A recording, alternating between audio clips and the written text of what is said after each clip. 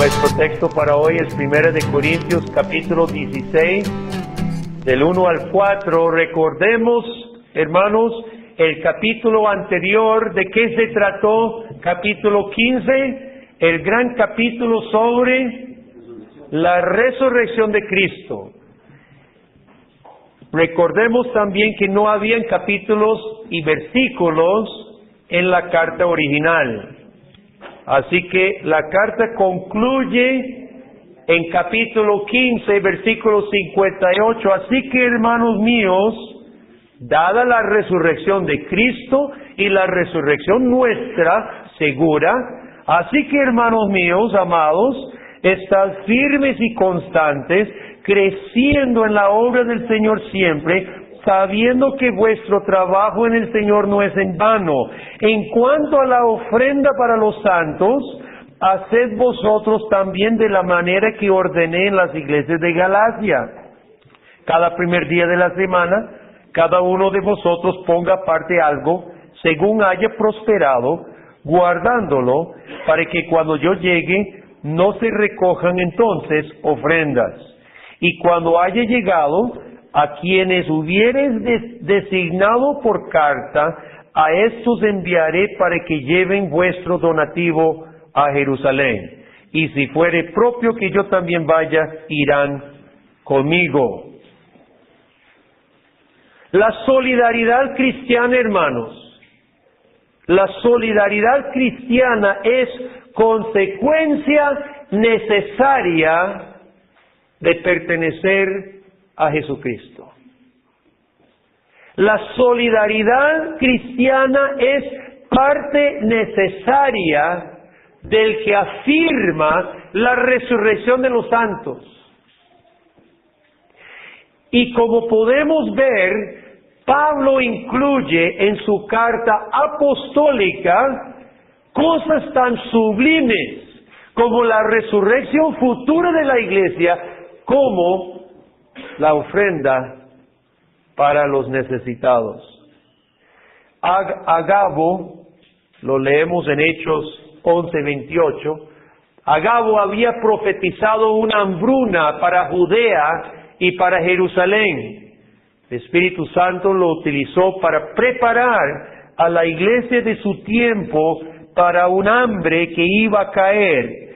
Las iglesias desde Antioquía en adelante, de Asia, Galacia y hasta Corinto, se movilizaron para suplir esa necesidad. Y Pablo, aquí a los Corintios, recuerden que la carta a los Corintios fue una de las más tempranas de Pablo, y Pablo aquí nos indica, hermanos, cosas específicas, prácticas, pero nos dejan a nosotros grandes principios también sobre la ayuda para los más necesitados. Lo primero que nosotros vemos aquí, hermano, es que la iglesia debe dar, debe proveer para los necesitados de manera ordenada, no por impulso sentimental. ¿Cuántos han visto las peticiones por dinero en la televisión, pasando niños huérfanos, todos en piso de tierra, tal vez enfermos, con llagas, para sacarle plata al vidente? No sé si eso es tan común aquí, lo he visto en otros lugares bastante. Como diciendo, si no me saca las lágrimas, yo no doy nada. Nuestro mundo se ha acostumbrado de ser manipulado por los sentimientos para poder dar. Y eso es común en la iglesia también. Pero Pablo había dicho en versículo 58 arriba, estad firmes. Y eso incluye también, hermano, nuestra forma de dar. Nosotros debemos dar con carácter, con firmeza, con propósito, sabiendo lo que estamos haciendo. Ofrendamos de manera ordenada. ¿Cuáles de estos versículos que leímos dan a entender, hermanos, que la ofrenda para los santos debe ser ordenada. ¿Cuál es de los 4? ¿Sabe? Leyéndolo bien, los 4 enteros. Los 4 versículos enteros dan a entender que la forma de la iglesia de dar debía ser ordenada. ¿Cuáles son formas ordenadas de ofrendar, hermano? En primer lugar, versículo 2. Nosotros debemos, dice, apartar, poner aparte. Nosotros debemos planear la ofrenda. Debe ser algo pensado, hermanos. Esto presupone otra condición en mi casa. ¿Cuál es? Que haya orden en mi casa. Que haya un orden económico en mi casa, porque ¿cómo yo voy a planificar o ofrendar en la iglesia si en mi casa es un desorden? Si no puedo planificar lo mío propio en mi casa, menos voy a poder planificar la ofrenda. Entonces presupone, eso tiene una anterioridad en que mi vida es ordenada y yo planifico para las necesidades en la iglesia y pienso y planeo. Según versículo 1, debo conocer las necesidades. Dice Pablo, en cuanto a la ofrenda para los santos, Pablo les está haciendo saber, yo debo preocuparme por las necesidades. No debe ser, hermanos, carga de los diáconos o del pastor venir a machacarme, mire, no olvide tal cosa. No, responsabilicémonos por saber, hermanos. Preguntemos, hermano, ¿cuáles son las necesidades? Recuérdeme una vez más que fueron los proyectos de la iglesia. Responsabilicémonos por preguntar. Pablo aquí les está simplemente recordando la ofrenda de los santos, pero los corintios sabían, porque aquí Pablo no dice nada. Ellos ya sabían lo que era. También debemos coordinar con otras iglesias cuando sea necesario. Pablo menciona las iglesias en Galacia. Esto también requiere, hermanos, preocupación, orden, esfuerzo, para que nosotros coordinemos con otras iglesias. Gracias a Dios podemos decir en este sentido, doy gracias a Dios por Gilson, que ha tomado iniciativa con las otras iglesias reformadas en algunas de las necesidades, con nuestros hermanos de los cuadros y otros hermanos. Hemos tomado la iniciativa de coordinar con otras iglesias, y así está establecido en las Escrituras, que las iglesias coordinen. En Chile, el hermano Gaete, que escribe una de esas cartas, dice lo que la denominación presbiteriana, la Iglesia Nacional Presbiteriana de Chile, lo que están haciendo juntos, levantaron, hermanos, recogieron más de 1 tonelada de comida para enviar a los damnificados en Concepción y en las partes afectadas de Chile. También podemos planear para el futuro, dice Pablo en versículo 2, que cada uno ponga aparte. Hermanos, la ofrenda no debe ser esa cosa espontánea. Ay, ya viene Gibson con la canasta, tengo que dar algo. Desde la casa, dice Pablo, cada uno según haya prosperado, ponga aparte, traiga el primer día de la semana, el domingo, traiga y hacerlo. Debe ser planearlo. Creciendo en la obra del Señor, hermanos, en primer lugar significa ofrendar de manera ordenada. Segundo, Pablo señala que es tarea de la iglesia. Tarea de la iglesia. Dice aquí la traducción, cada primer día de la semana, y así se da a entender, pero ¿sabe cuál es el término en el griego? Gerson, ¿dónde está Gerson? Gerson está enseñándose griego, y yo voy a tener un discípulo ahí en el griego. El término, hermano, es cada primer sabbat. Cada primer sabbat. Pablo utiliza el término sabbat para definir el domingo. Como los cristianos ya no guardaban el sabbat de los judíos, era el primer día de la semana. pero es nuestro Sabbat. ¿Y qué pasa en el Sabbat? El primer día de la semana, la iglesia se reúne y ¿qué hace? Recoge ofrendas.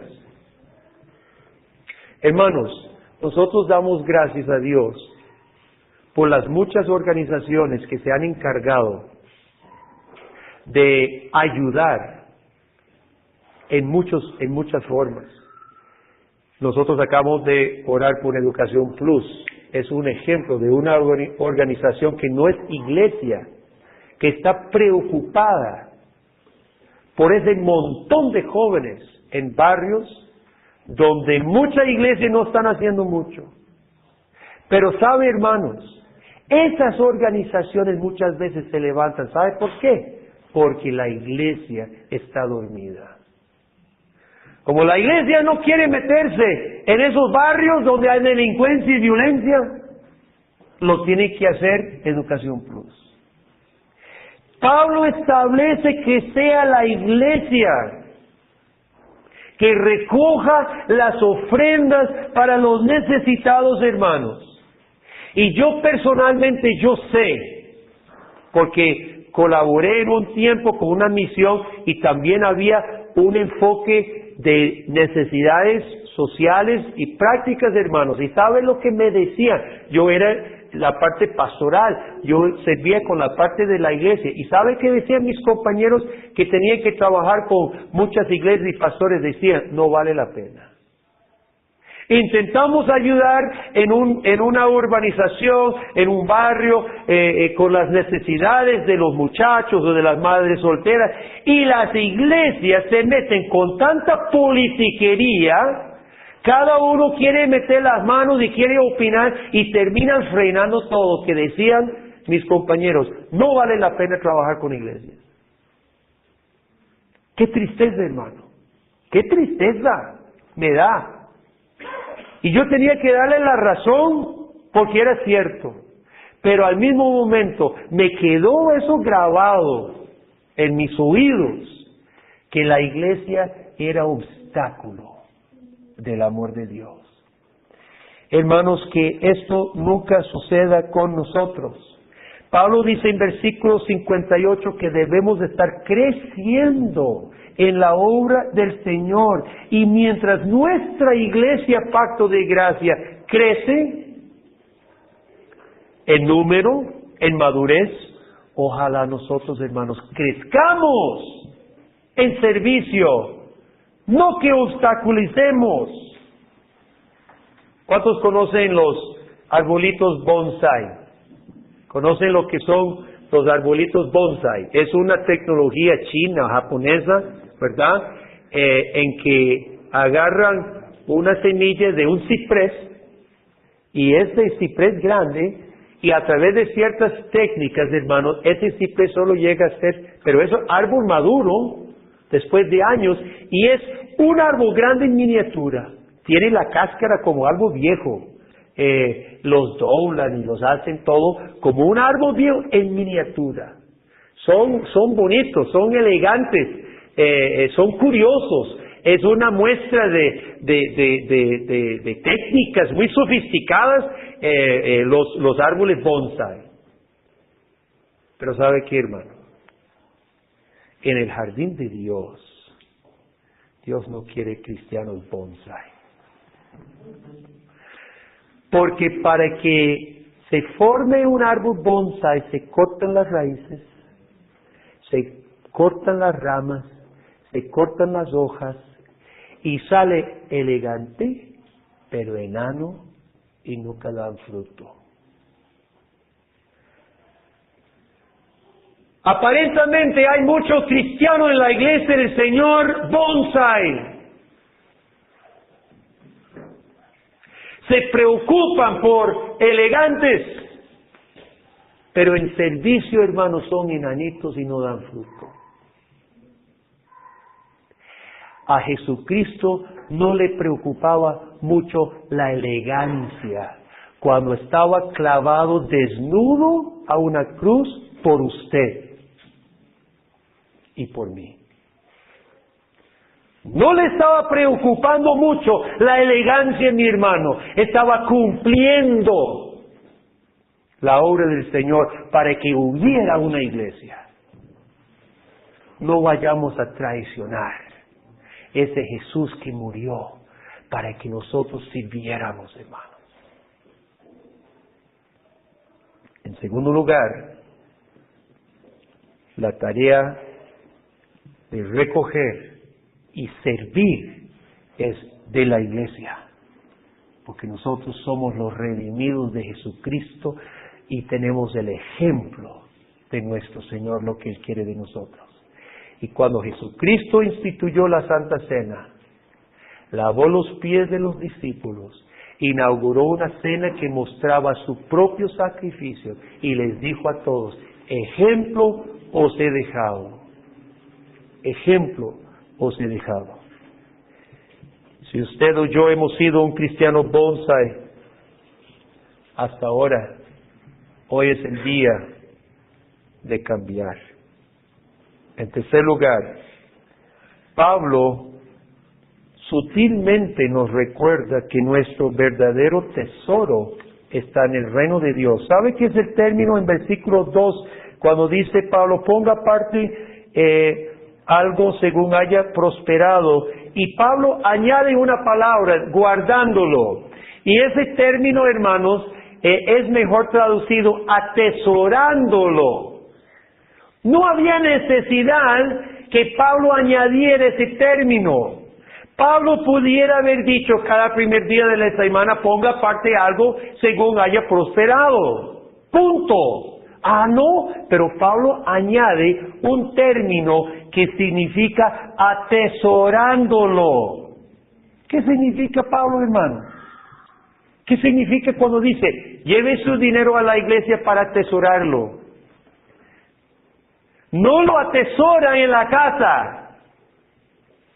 Pablo le está dando vuelta a la idea. Nosotros, ¿dónde atesoramos nuestro dinero? Debajo del colchón. Pero dice Pablo: cada primer día vaya a atesorar en la iglesia.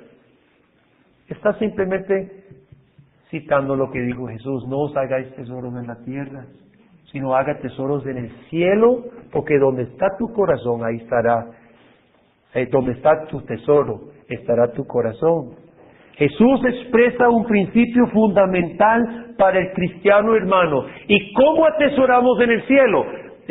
¿No se ha preguntado, hermano, cómo es que nosotros atesoramos en el cielo? ¿Sabe que Pablo dice que es con dinero? Nosotros somos excelentes para hacer todo muy místico, ¿verdad? Tomamos los principios de la Biblia y los espiritualizamos para que no signifiquen nada. Pablo habla de plata. Atesore su plata, dice Pablo. ¿Y cómo es que atesoramos en el cielo con moneda en mi bolsa, hermano? Invirtiendo en lo único que se va al cielo: las personas. Cuando ayudamos a nuestros hermanos y hermanas necesitadas, estamos invirtiendo en el reino de Dios, realmente y concretamente. Pablo dice: cada primer sabbat atesore. Yo espero, hermanos, que cuando pasemos la ofrenda cada domingo, podamos dar no con tristeza, como dice la palabra de Dios, no con remordimiento, sino con alegría, sabiendo que lo que estamos dando, hermanos, es para la obra del Señor, es para el cielo, el reino de los cielos, para hermanos y hermanas que nos acompañarán y veremos el fruto un día. ¿Sabe que cuando Juan Calvino murió, tuvieron que vender su biblioteca para cancelar algunas de sus deudas? Calvino murió sin dinero.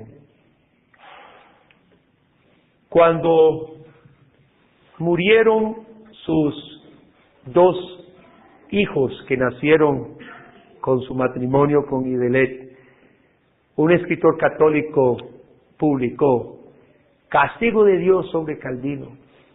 que se le mueran sus hijos. Y Calvino le respondió y le dijo, ha sido amargo para nosotros perder nuestros hijos, pero yo tengo miles de hijos espirituales en toda Europa. Esos hijos espirituales de Calvino hoy se están gozando juntos. Calvino entregó sus bienes terrenales, y no solo sus bienes terrenales, sino sus esfuerzos todos, al reino de Dios. Y murió pobre, sin mucho que decir, sin mucho a los ojos de los hombres. Pero él bien sabía en qué estaba invirtiendo. Y él se lo saca y dice, yo tengo miles de hijos espirituales. Estoy invirtiendo en las vidas de los que me van a acompañar. Y allá están en la gloria hoy. Y hoy valió la pena. Hermanos, necesitamos ese enfoque. Ese es el enfoque. Que Dios provea lo que necesitemos para nuestras familias. Y que el resto sepamos invertir en el reino de Dios. Cuarto, dice Pablo, según haya prosperado. Hay mucho debate hoy sobre el diezmo. El Nuevo Testamento no menciona el diezmo y realmente no menciona una orden así para diezmar. Bueno, hay dos problemas con ese argumento. ¿Dónde dice Dios que hay que agarrar un machete y machetear la Biblia entre Miqueas y Mateo? ¿Dónde dice que la Biblia termina en el Antiguo Testamento? Para mí, hermanos, es obvio que el diezmo es un principio excelente para utilizar para nuestras ofrendas. Pero aquí Pablo no menciona el diezmo. Dice Pablo, según haya prosperado. ¿Sabe qué? Algunos, limitarse al diezmo no sería correcto. Porque Dios les ha provisto de abundancia.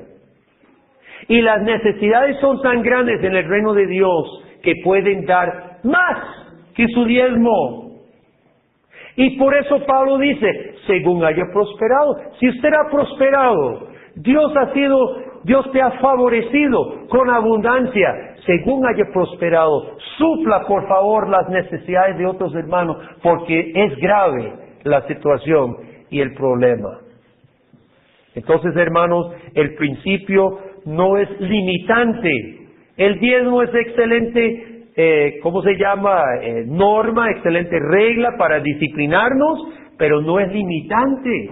Cuando yo haya cumplido con mi diezmo, posiblemente no he cumplido ante Dios. Porque si Dios me ha bendecido y hay necesidades de parte de otros hermanos, el principio es este, según Dios me haya prosperado. Quinto, interesante, versículo 3, fascinante, hermano. Y eso es en cuanto a las ofrendas. Vea qué práctico también es todo esto. La congregación debe escoger gente de confianza para administrar las ofrendas. Vea versículo 3. Y cuando yo haya llegado, a quienes hubieres designado por carta, a estos enviaré para que lleven vuestro donativo. Fíjese, hermanos, que Pablo exige que la iglesia en Corinto designe oficialmente, por carta. Por carta. Esto es algo serio. ¿Cómo se administran las inversiones en el reino del Señor, las ofrendas? ¿Cómo se administran? No sacado de la manga. No así, bueno, entonces, ¿quiénes quieren ayudar al hermano Pablo a esta cosa? No, mi hermano, Pablo exige que haya sido deliberado de antemano y hasta por carta. Para ver los credenciales, tráiganme las cartas, por favor, para ver a quiénes se está designando. Eso fue muy formal. Pablo exige un trato de por derecho con los dineros de la iglesia. También notemos, hermanos, que la congregación escoge. La congregación, porque Pablo no dijo, él conocía la iglesia, él fundó esa iglesia, hermano. Él conocía a la gente ahí. Y porque Pablo no dijo, y cuando yo llego yo voy a escoger a algunos para ayudarme. ¿Por qué no lo dijo? a quienes vosotros hubieres designado, dice. Hermanos, hay un principio también importante, porque en la historia de la iglesia hay una tendencia que la iglesia se haga muy jerárquica. Y cuando la iglesia se hace jerárquica, ¿cómo queda todo el poder? ¿Dónde queda? En una sola persona. Y aquí hay un principio bíblico para la iglesia. La iglesia es gobernada por una pluralidad. Y aquí la congregación es llamada a reconocer personas íntegras, personas honestas, personas serias y designarlas. Ahora, ¿para qué están escogidos? ¿Para qué son escogidos, hermano? Para servir. Aquí rompemos también, la iglesia rompe también esquemas del mundo. En el mundo, demasiado a menudo, hermanos, las personas surgen, son elegidas pues se dice para servir a la nación, para servir en los tribunales, pero muchas veces, hermanos, es para figurar, para fama y para ser servidos. Jesucristo mismo lo dijo: no sean como las naciones, que los grandes son para ser servidos, el más grande del reino de Dios es para servir. Estos pobres que fueron escogidos por la congregación, hermano, ¿qué les iba a tocar? ¿Sabe qué les iba a tocar? Llevar la plata hasta Jerusalén desde Corinto. ¿Sabe dónde está Corinto? Está en Grecia. ¿Dónde está Jerusalén? Está lejos. Tuvieron que abandonar su familia, abandonar su trabajo, pagar pasaje, ir hasta Jerusalén. Un par de meses, me imagino, por barco, por tierra. ¿Ah? Hermanos, cuando somos elegidos en la iglesia es para servir. Pero eso ya lo sabíamos, porque Jesucristo ya nos dio el ejemplo. En conclusión, ¿cómo estamos nosotros, hermanos? ¿Cómo estamos nosotros, la iglesia Pacto de Gracia? Hermanos, yo pienso que estamos bien encarrilados.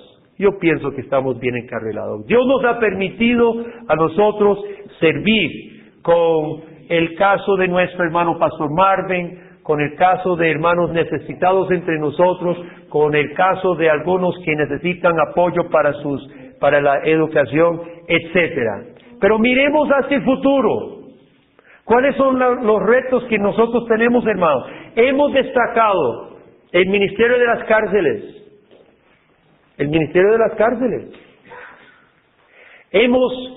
Nos hemos comprometido con esa obrita en Pérez Celedón y el hermano Lester.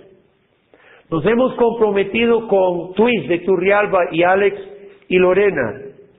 Y también nos hemos comprometido con la iglesia hermana de los Cuadros, sus necesidades de apoyar al hermano Pastor Marvin mensualmente, además de otras necesidades que surgieran. Hermanos, tengamos en mente esta lección. Los que creemos en Cristo, la resurrección de Cristo, somos personas que estamos firmes, dice Pablo, constantes, creciendo en la obra del Señor. Demos de obra ordenada. Vamos a ofrendar de una forma con propósito, hermano. Hacen falta para nuestra congregación más diáconos para ayudar a Gibson, hombres nombrados para coordinar nuestra diaconía. Hacen falta mujeres para asistir con las necesidades particularmente femeninas, hermanos. Hermanos, no bajemos la guardia. Cada primer día, cada primer sabbat, sigamos atesorando para las necesidades de los santos y que Dios sea glorificado entre nosotros. Amén. Oremos. Padre Celestial, gracias te damos por este hermoso ejemplo de la iglesia en Corinto, que tenía el privilegio de bendecir a hermanos en Jerusalén con necesidades. Tú nos permites también, oh Padre, demostrar nuestra fe en la resurrección, nuestra fe en Cristo Jesús, de la misma manera, firmes y constantes creciendo, Dios, atesorando en tu reino. Permite, oh Padre, que nuestra iglesia sea bendición para muchos y así recibiendo tu bendición entre nosotros. En el nombre de Jesucristo lo pedimos. Amén.